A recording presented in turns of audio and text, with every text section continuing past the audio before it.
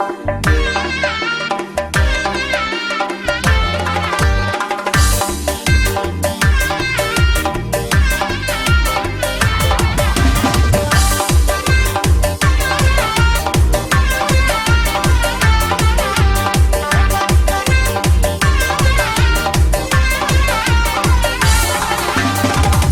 می دارم تو را من ای گل نازک بدن، مهربان و نازنین، خوش صورت و شیرین سخن.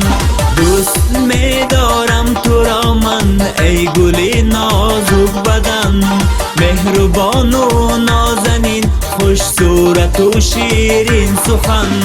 هست در یادم هنوز آن لذتی گفتاری تو، خنده های دل فریب و عشوه و رفتاری تو، خنده های دل فریب و عشوه و رفتاری تو.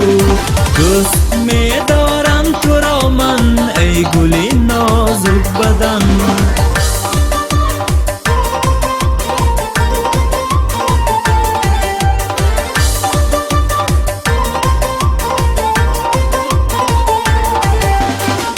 در غریبی عشق تو فرصت شمارم کرده است، در غریبی عشق تو فرصت شمارم کرده است.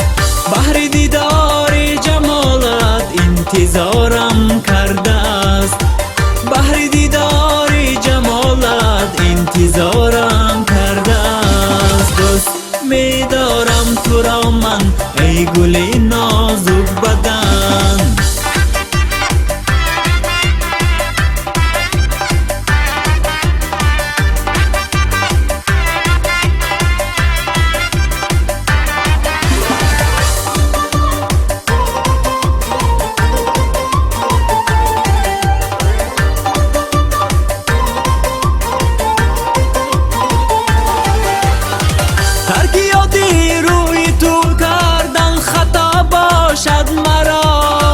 سوختن از عشق تو هر دم روا باشد مرا، عشق تو در سینه و یادت بسر باشد مدام.